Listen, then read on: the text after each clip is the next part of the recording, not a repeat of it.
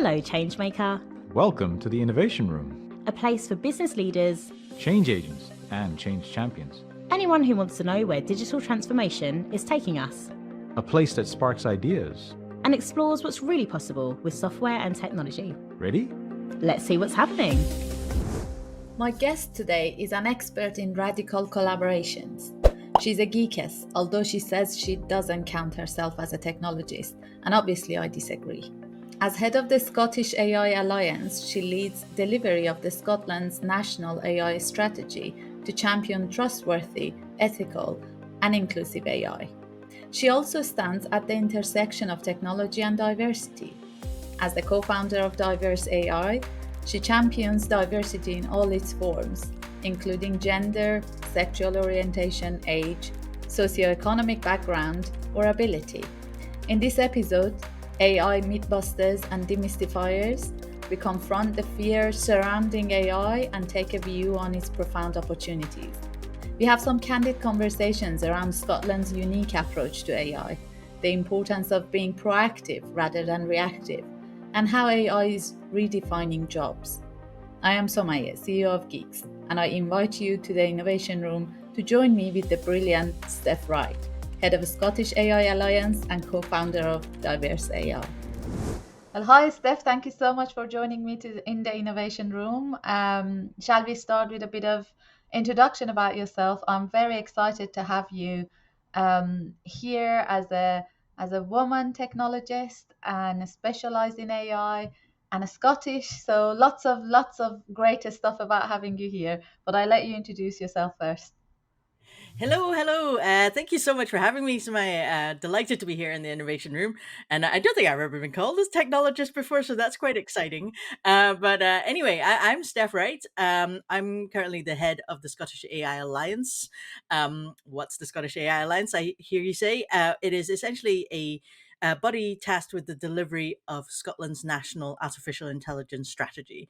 It's a partnership between the Data Lab, which is Scotland's Innovation Centre for Data and AI, and the Scottish Government. So I head up our hybrid team to deliver the vision outlined in Scotland's national AI strategy, which is that Scotland is to become a leader in the development and use of trustworthy, ethical, and inclusive AI.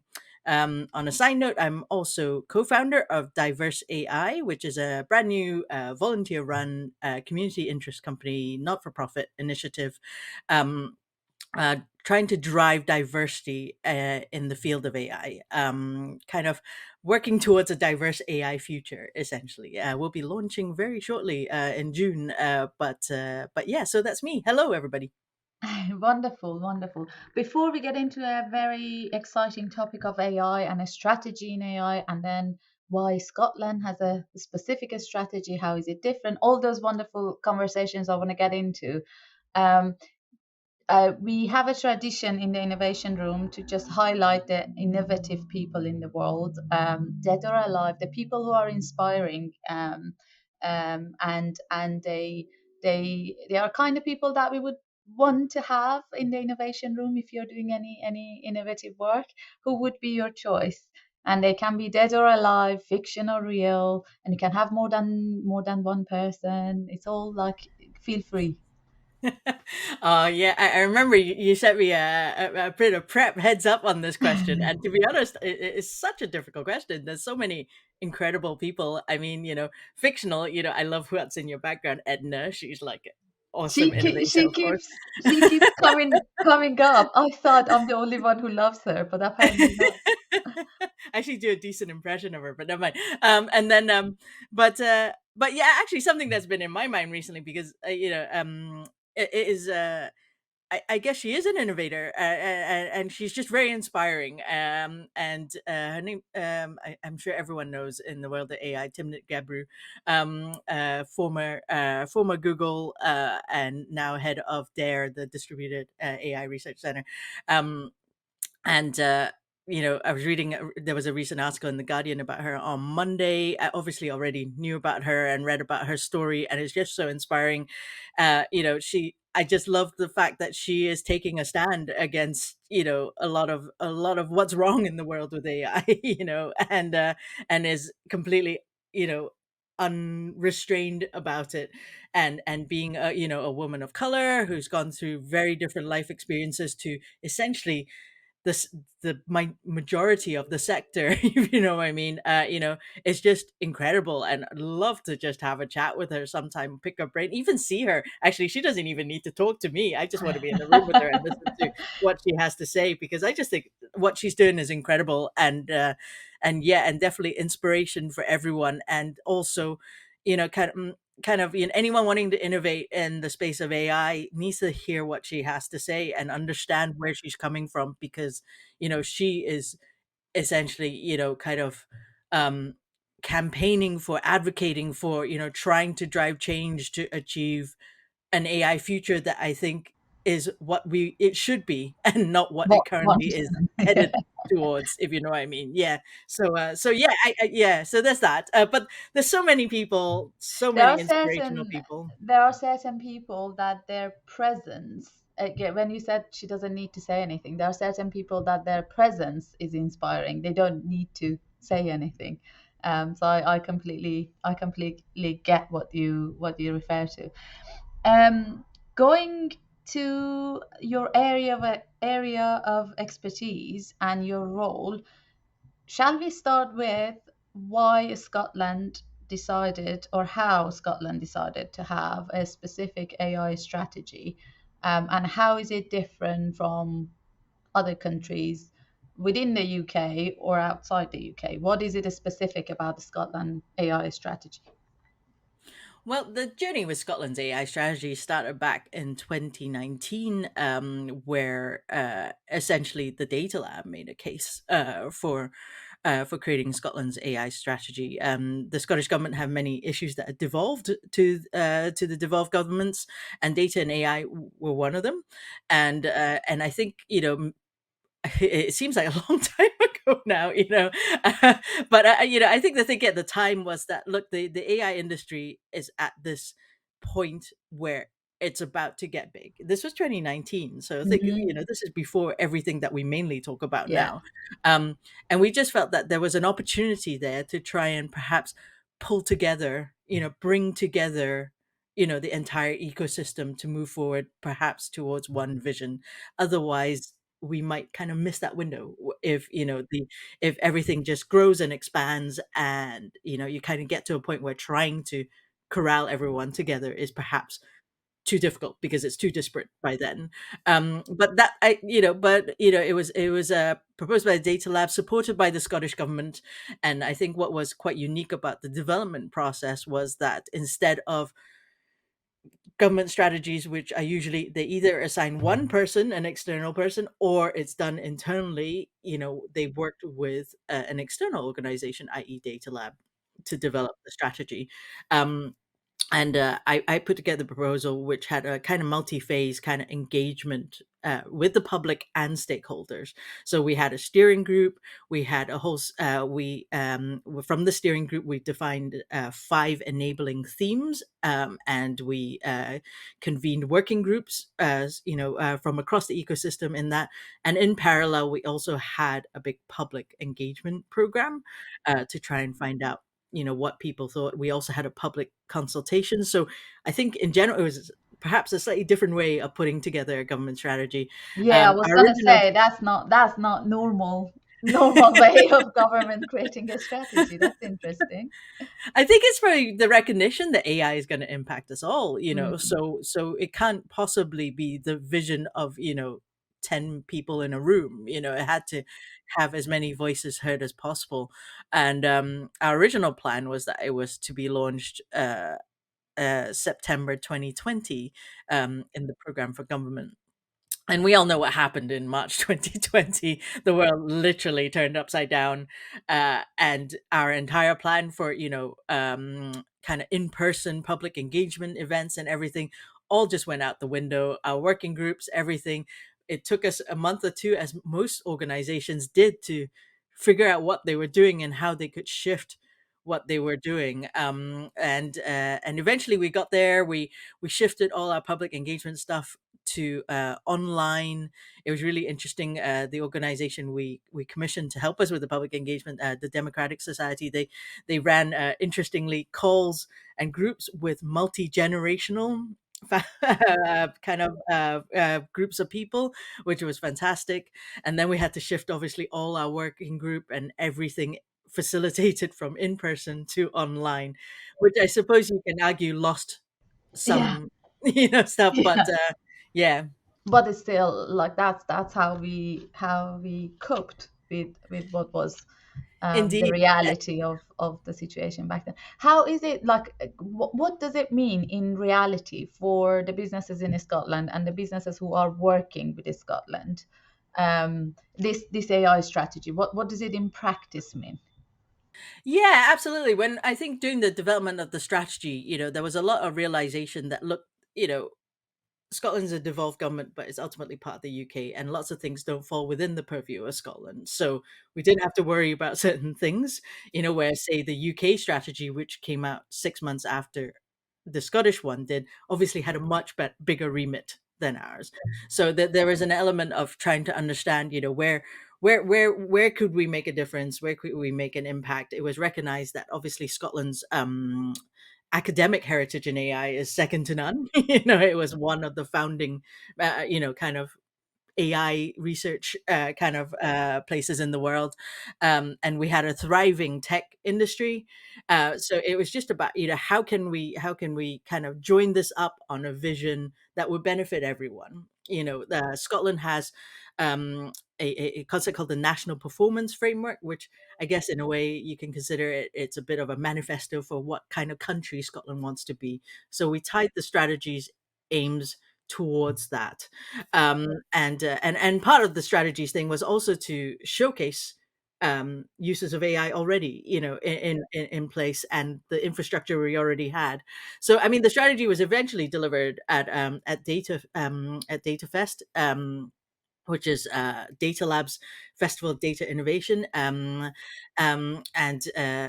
Actually, no, I take that back. Because of COVID, all that changed. But we did it. It's like, oh my God, the years has gone by. But that was then the plan. But we ended up having a launch event in March 2021. So that's when the Yeah. strategy came out. Yeah, I What? know. For example, one of the things I recently learned was when I ask about the impact of having a different strategy in Scotland compared to the rest of the UK. I know, for example, the police use of AI in Scotland is different from England. So what are the examples of this, and how much of it is because Scotland has a specific view, and how much of it they can keep as a country that they like? I'm thinking about AI is universal. How much you can control what happens in your country, and how you want to the future that you want to have for your country. How much of it is in your control, given how um, how worldwide concept AI is. Yeah, no, absolutely. As much as we'd like to claim credit for the different approach by Scottish policing, we can't claim credit for that. We of course help them promote that, but essentially, the Scotland set up its own biometrics commission with its own biometrics commissioner in Scotland that includes all biometrics, so not just fingerprints and DNA. It includes facial data as well. And Scotland does indeed have an entirely different approach to the other devolved nations. Uh, Around the use of facial recognition in policing and crime and justice, and that's something very much to be proud of. I think you can read blogs from the Scottish Biometrics Commissioner Brian on our website about this different approach, and it's I don't think it's a never use, but it's a let's not rush into using it, because it could have so many impacts on everyone. So we won't it's not to be used now, and they're constantly obviously monitoring the situation. I mean, the use of facial recognition is one of the most controversial uses of AI, especially in the case of, criminal justice kind of system. But yeah, no, like I said, we would love to claim credit for that. That's aligned to the It wasn't. strategy, but it's not. But it does, of Yeah. course, align to the strategy. But it Yeah, wasn't it wasn't used so in the much strategy. about did you have anything to do with it. It was more about as a concept, how much AI can be localized as Mhm. opposed to a globalized concept. Absolutely. I mean, it is something that was a specific program of work of ours, is to kind of understand the regulatory and financial and ethical levers that we can affect change on, kind of thing. So we do have a great relationship with, the Office of AI. We've always been in touch with them throughout the whole process. We understand that there are certain things that are on UK level, but then there are some things on the Scottish level. And then, of course, AI does originate from giant tech companies that are completely with the UK. And I think lots of countries are dealing with that at the moment. How do you, kind of control what is does not originate from your country? I mean, some countries are having a great time, like, Italy banning Italy. ChatGPT for a while, and you're like, that's fantastic. That is brilliant. I mean, I think essentially, there's the upcoming EU AI Act. The UK government's currently consulting on AI regulation, and I think, in terms of how people in localized regions, in devolved regions can impact that, is to make sure their voices are heard, is to participate in consultations. When there's a call out, don't just go, oh, that's down in London, kind of thing. It's to actually make sure that your voices are heard, and don't just despair because it's like, oh well, this is out with our control, right? Because ultimately there are things you can control, and and part of the vision behind the strategy is to, I always say this, is like, we kind of want to help Scotland become a nation that AI doesn't just happen to. It's kind of a more take ownership of how the technology is used and how it's developed, Mm. because I, ultimately. I like what you're saying as a concept, as a whole, when it comes to technology, because a lot of, and it's not just nations, a lot of businesses, technology happens to them. They are not in charge of, like, they are not intentional about what which piece of technology they want to adopt and how they want to adopt it and what do they want to do with it. And AI is no different. It's kind of the same concept. One of the worries that I have is the dominance of the discourse about AI being led by the media. And we know what media likes, like streamline media. They want to nag and they want to talk about negative and they want to highlight the sad and bad news because that's how you get readership. Whereas as technologist, I am very concerned about that because I don't see the right kind of conversations. And when we chat, um, a few weeks ago, I saw that you are asking the right questions. You are trying to change the conversation from the typical news line that we see, like jobs are going to be lost, like robots are going to take over. Like, you're going to be relevant. You're going to be like put in to cages and become pets to the robots and things like that's not the type of conversation that is going to be helpful for the future that is coming. What kind of questions you're posing? I know some of them, but what are the dialogue that you think we should be having as a society and as business? Yeah, no, absolutely. Absolutely right. Those conversations, yes, they should be had, but they shouldn't be the only ones. And they're also a distraction. And also, it absolves people of responsibility as well Mhm. when these, It's being reactive, dystopian isn't it? outcomes, yeah, these dystopian narratives are like presented as inevitable. Hmm. And you're like, you know, yes, jobs will be lost, but there will be new jobs. Jobs will change. With every technological advance, jobs are lost. The jobs we had 100 years ago, even 50 years ago, don't exist anymore.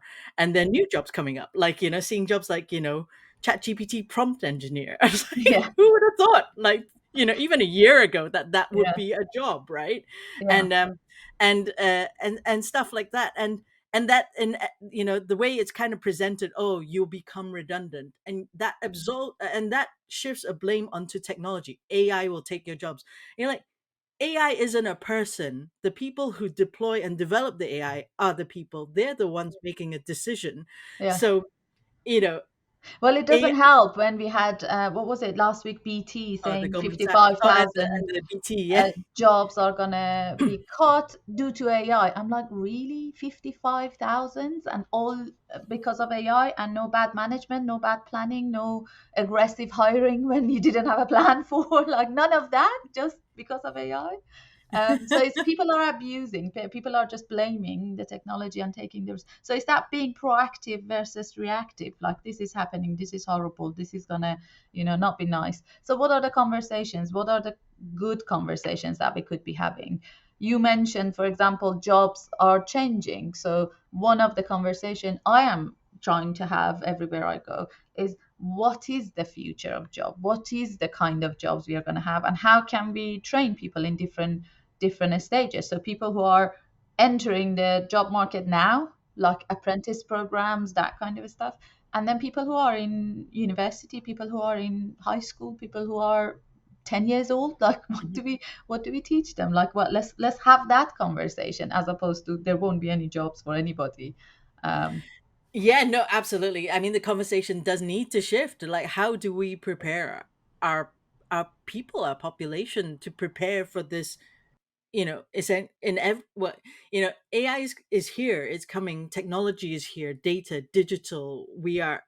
It is a one way journey. We're not. It will only become more advanced and stuff. So how do we, you know, catch up as well? I think that's the problem as well, is kind of recognizing the pace of change is fast.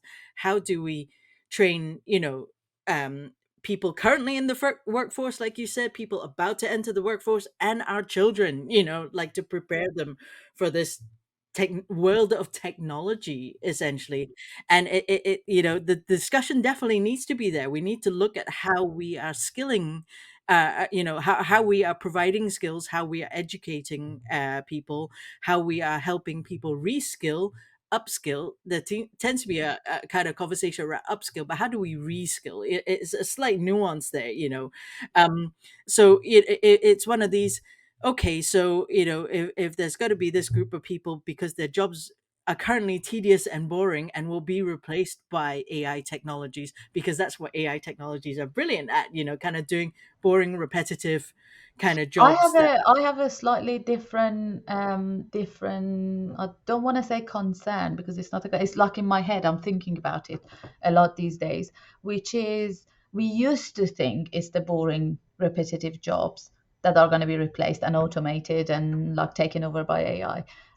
But with the coming up of ChatGPT, we saw that the creative, fun jobs are being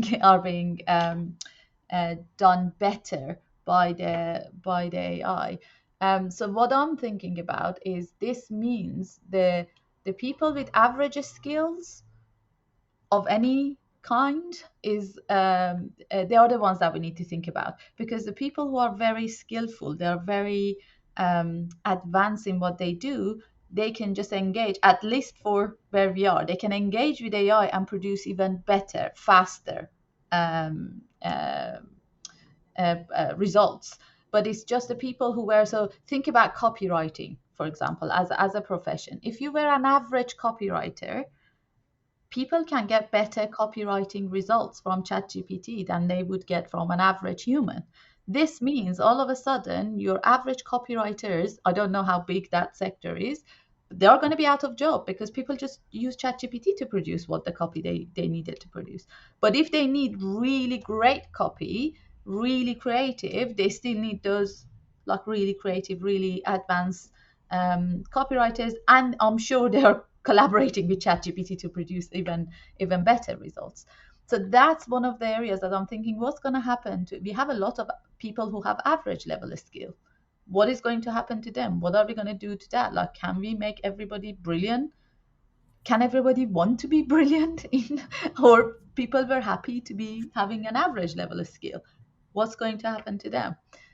Do you have this kind of conversations when you engage with people? That's a fascinating viewpoint. It's so interesting because it kind of ties into not necessarily AI related, but it's a conversation not had very often in things that, we always talk about people being brilliant, like, being highly skilled, and and in business, in tech especially, you always talk about the next unicorn and stuff, and you're like, but what about businesses that are just doing okay? They're paying the bills, they're doing what they want, they're developing a good product or providing a great service. Why is there always that, you know desire to be a unicorn or amazing? And it's a conversation, I guess, not had frequently enough, and I don't have any answers. I think ultimately we all just need to have those conversations. If it's quite interesting because last week I was at the Women in IT Summit, and I was like saying that the panic about jobs right now, especially around AI, I can't, a lot of us say, this has all happened before with each technological advancement. I guess the problem at the moment is AI is happening so fast. I think that, and what used to happen with advancements of technologies was that they were, perhaps you could consider them, the kind of more manual jobs and stuff that got taken Yeah. over. Hmm. But now it's now a wider range of jobs that could potentially be replaced by AI Hmm. technologies. And then I think that's why the panic has kind of set in, Yeah. because all of a sudden larger portions of the population are like going, "Oh my God, am I redundant now?" Yeah. And I think, one of the things, especially with businesses, is also just to temper down the FOMO and the hype and the fear. We kind of had a session on that at the Scottish AI Summit earlier this year. But I think I can understand where the fear comes from in businesses, because I've had conversations with some companies where they're like, "Oh my God, we're thinking like the service we provide, people won't need it anymore because they can just do it. So we're going to look into developing our own thing." And you're like, just talk, calm down, kind Yeah. of thing. And I think it's to really, really kind of consider, Yeah. what the potential impact is, and not be entirely reactive. Yeah, I think I, Um, I think Bill Gates has a really really interesting quote that I really like about technology. He says we always overestimate what can happen regarding technology in 1 year and underestimate what can happen in 10 years.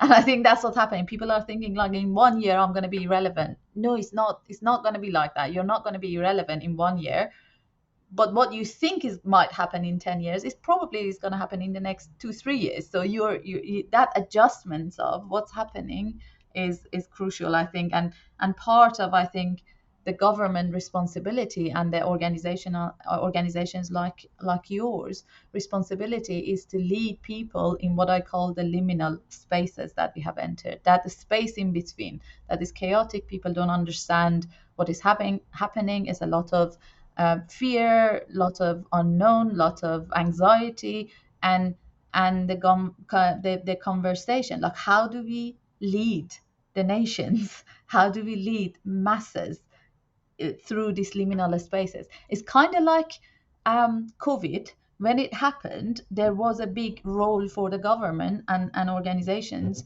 um, to lead people's emotions and the anxiety they needed to lead through that.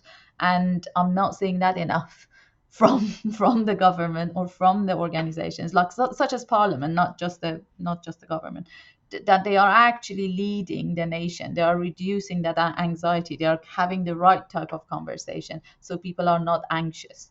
On my way to, I was in Glasgow last week, as I mentioned, and I was having a talk on AI, and on my way to the hotel I was going to have the talk in, and I didn't say anything. The taxi driver just started to talk to me about AI and how anxious he is. I was like, I'm not going to tell him I'm having it. I'm not going to even tell him I'm a technologist. He's going to like kill me. He's so anxious about what is happening to him and the whole society and what's going to happen. Like that level of anxiety needs to be addressed, I think, by the government. Absolutely. And I think it's all of us in working in technology.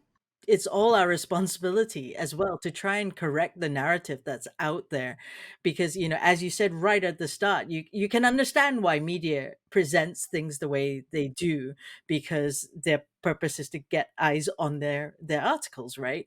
But the truth is, like I always keep saying that AI is always presented as one thing or the other, the extremes. It's amazing, it's the thing that's going to solve everything, it's the answer to everything, or oh my god, the robots are coming, we're all gonna die, Yeah. kind of thing, rogue AI, etc. But like the truth is, actually probably more boring is that it's in between, right? And that's not fun for news. And I guess it's a nuance that's more difficult to communicate as well. And I think that's where the important discussions need to be held. There's so much currently at the moment, all prompted by ChatGPT. So, whether you love it or loathe it, the fact that it has pushed so many of the conversations to the forefront of the public consciousness can only be a good thing. I think let's get this out there, let's get people talking. And so that, say, a taxi driver talking to you about it, you can then, I can understand that why it might be a bit like, oh god, I don't want to get into this, but at the It's same like time, 10, if you have a 10 chat with minutes. You have 10 minutes in the car. How can you yeah, 10 change minutes isn't long somebody's? enough to have a detailed conversation. But I think that there's a responsibility for everyone who knows better, I think, in a way, Yeah. to speak up and kind of shift the focus back Yes. on the responsibility and accountability of those behind the technologies, whether it's AI or whether it's anything else, because ultimately technology is created by humans, and humans are not perfect, they are flawed, but they need to be held accountable and responsible for what they do. And it's too easy to shift the blame over to AI or technologies, Mm, even though they are essentially the tool. mm, You mm. don't blame the Yeah. tool, kind of thing. And yeah, so the accountability needs to be on people. And so, like, if organizations can't develop AI tools or services responsibly, ethically, inclusively, then they should perhaps be stopped from doing so, kind of thing. And Well, can they be stopped is a whole different well, that's conversation a about whole like, other yeah. conversation. And obviously EU AI Act, all this work going on the Bill of Yeah. Rights and stuff in the States. And all governments are now paying attention. The Yes. G7, like Yeah. last week, they were talking about AI. Yeah. Who would have thought, a few years It's ago, that it's very AI would be a interesting. topic there? It's very interesting because in the space of technology, we are used to every now and then something comes up that steals the whole conversation, but it normally stays within the technology sector. Like, say, for example, blockchain. Like, it became such a big thing for a few years. Um, but this shows how different the AI is, because within a space of like a few months, it's at the highest level of leadership of the world. Throughout, your grandparent is using the AI. It's like the spectrum is like so wide. It's fascinating. Like, when something in a space of few months, a piece of technology changes, like touches the whole world in all levels and depth. So I think this is really fascinating. But on a more practical, and I know you've got backgrounds in this, on a more practical level, um, what is your advice, or what is your point of view on how businesses need to engage with AI? Because we know if you don't have data, you can't really, or if you're not organized. Like, can you elaborate on that side of things? Because I know you do a lot of work on the data side of the technology. Yeah, sure, absolutely. Our sister organization, the Data Lab, helps support businesses all across Scotland to essentially drive value from their data, and as a consequence of that, drive value from AI, kind of thing. And a lot of the conversations to businesses is to really understand your, it depends on the organization. Some organizations needs to start with basic digital literacy, and then data literacy, and then only once you have those perhaps established, then you can really consider AI. Like, as I touched on earlier, I think there's a lot of reactiveness to the situation. where businesses are rushing into AI and data. In fact, we saw this with data years ago, without really understanding how you actually capitalize on that, how it can help your business. We've all heard, well, maybe not all, but everyone in the field has heard, years ago with the data boom, companies were hiring data scientists left, right, and center, Yeah. only for the data scientists to turn up and go, so what am I doing? Like, there's like nothing there, Yes. and stuff like that. So it is kind of, there's definitely an element of ensuring you kind of understand why you're looking at AI, or understanding what AI is, in the first place, understanding you actually have data, because ultimately without data, there's no AI, and also understanding that it's not a magic bullet. It's not going to be the thing that is the answer to all your problems. It might be for some organizations, but it might not. And it's understanding that AI might not be for everyone, and understanding that in many cases, AI, helping your business might not be the exciting thing you're thinking of. It might just be the fact that it automates something that is really tedious and boring, and therefore gives you operational and resource efficiencies, which helps your business. Kind of thing. It's not that, oh my god, this is going to change everything. It's funny, I was talking to someone earlier this week, and they told me this horrific story. They were in this meeting with someone, and this organization's just gone all in on ChatGPT, let go of all their teams, replaced everything with ChatGPT, even though they have no in-house expertise or really understand what it's doing. And apparently everyone else in the room was like, "Ooh!" We did that. So it's just, I think it's just that, make sure you engage someone to help you understand where you're at, what the potential for data and AI technologies is for your business, before you spend tons of money into it. There are many AI services out there, many AI products out there, and those companies are doing what they're doing. They're selling their product. You need to have a level of understanding yourself, because you might end up having an AI solution. You might end up onboarding an AI solution that is neither needed or can do Or not anything. appropriately, Yeah, not not appropriate appropriately. for your Yeah. business. Yeah. So it's kind of understanding that kind of thing. Yeah. It's like people go, oh yeah, we'll just get chatbots, so we don't have to have any customer service assistants, kind of thing. And you're like, well, that in some cases, yes, because if really the customer service interaction is just very transactional, then a chatbot might be quite good. But if it actually requires nuance and kind of human intelligence, kind of understanding of context and stuff like that, a chatbot can't do that, Yeah. kind of thing. So I if think you I got think rid of your, I always think about it as if AI is what we know it is, which is an intelligence piece of technology, meaning that it's not as rigid as other technologies are. That this technology can do this.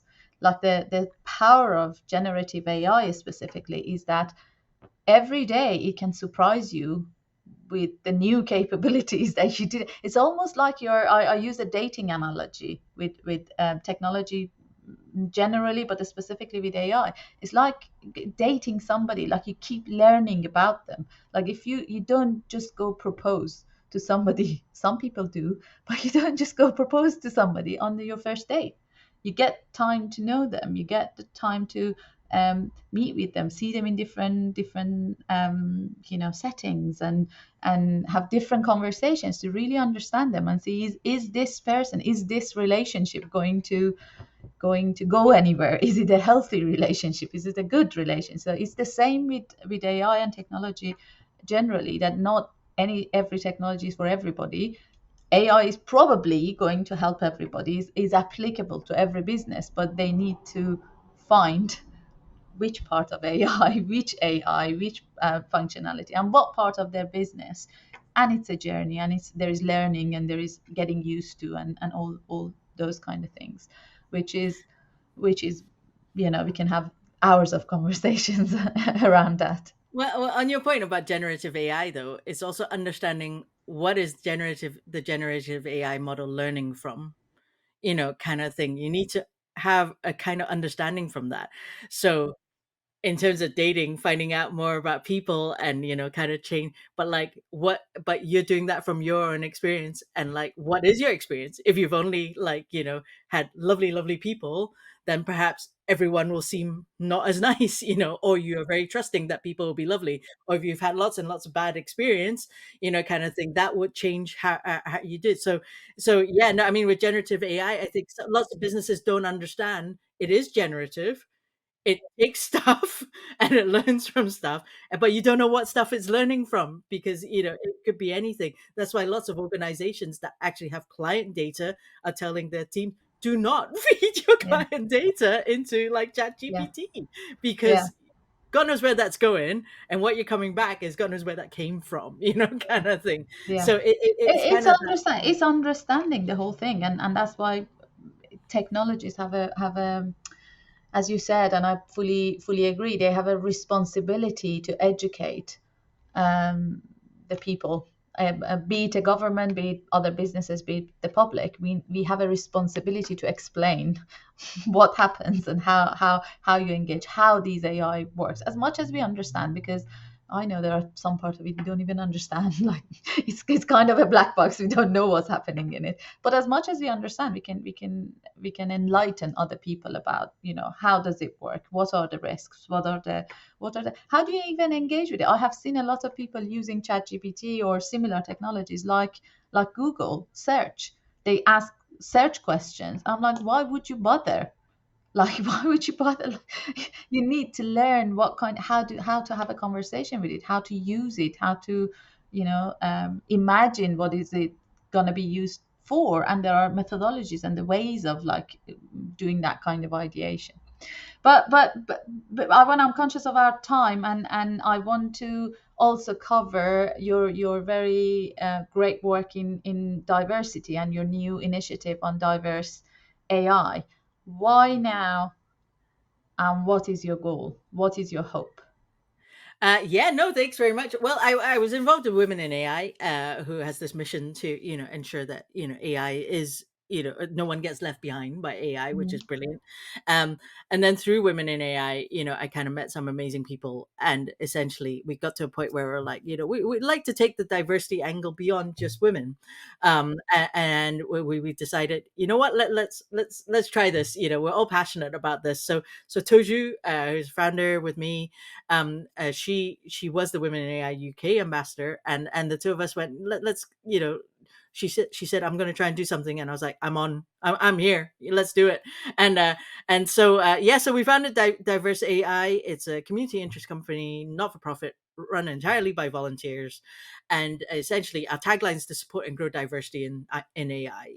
Kind of, I think, at the very basic level, we believe that AI can benefit all. It can help achieve a better future for everybody, but only if diverse voices are represented in its development, its deployment, everything. That diverse voices are in the conversations. And so what we want to do is support the diverse talent that already works in AI, and also to attract more diverse talent to AI. So we'll be launching in June, officially launching. We've soft launch, i.e., we had a holding website, we have some social media, but we'll be kicking up um, activities soon. We'll have a launch event in London, Mhm. and a launch event in Edinburgh, because Toshi's in London, I'm in Edinburgh, so Yeah. we'll start with that. And yeah, it's a membership based organization. We've got a free membership, and we've got a paid membership, which will be coming. Essentially, we want to build a community of diverse AI talent in Scotland.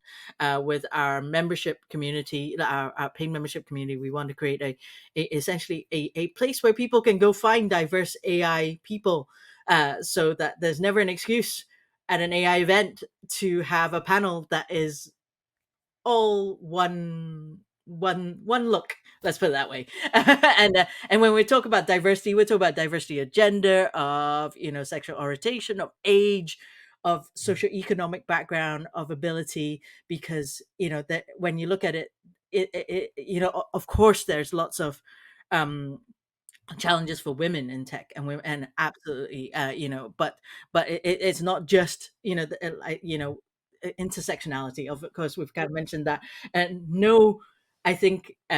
Diverse characteristic stands on its own, I think. So I think it's kind of trying to recognize that and understand that there's a lot of challenges for people that are not the norm. I'm doing in inverted commas in the tech sector. So that's what we're trying to do through building a community, championing that community, and at the same time also working with partners to deliver education programs and also do some research into kind of the topics that matter in this space, and also to support organizations, work with organizations and support organizations to help attract more diverse people into their world. So that's the idea behind it. We hope people can join up and help us do it. Like I said, it's volunteer driven. We have How do leads. they? How can they join? How can they? Is there like a website or anything that you can There is share? the website, diverse-ai.org. I'm literally working on that later today when we announce our launch events as well. Our Scottish launch event is supported by Code Clan, and we will also be at Turing Fest as part of the Diversity Zone, which is sponsored by Code Clan and Bailey Gifford, which is fantastic. And our London launch is sponsored by Radically Digital, and so we've got 2 in-person social events to mark the launch, and then we hope to have many more events in the future. Well, wonderful. I think it's brilliant to see intention, and I think being proactive and intentional about what we want it to be is what was lacking in the previous evolution of tech.